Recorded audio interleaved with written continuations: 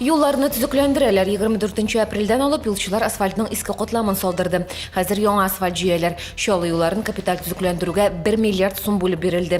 200 миллионына махсус техника алдылар. Шуларның берсе юл тузанын чистартучы вакуумлы тузан суырткыч. Юлларны төзекләндерүгә 70 берәмлек техника җәлеп ителде. Сидоровка бистәсендә яңа яктырткычлар урнаштыра башладылар. Лампалар кую планда булмаган, әмма халык белән узган очрашулардан соң төп проспектлардан тыш йорт яны ишегалларга да яктырткычлар урнаштыра башладылар. Шәһәрдә караңгы урыннар күп, горсвет белгечләре әйтүенчә, мәхәллә саен 5-6 яктырткыч урнаштыру таләп ителә. Лампалар энергия саклаучы 100 ваттлы, әмма искеләренә караганда күпкә яктырак.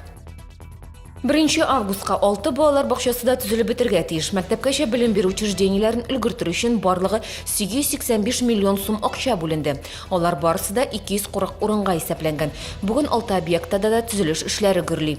Берәүләр икенче катны тәмамлап ичке якка күчсәләр, кайбер төзелеш оешмалары әле цоколь катын төзү белән генә мәшгуль. Бакчалар вакытында куллануга тапшырылырмы? Хәбәрчебез белеште.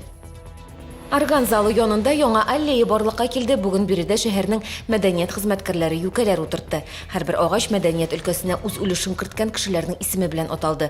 Кайберләре инде юк, шул рәвешле вафат булганнарның исеме мәңгеләштерелде.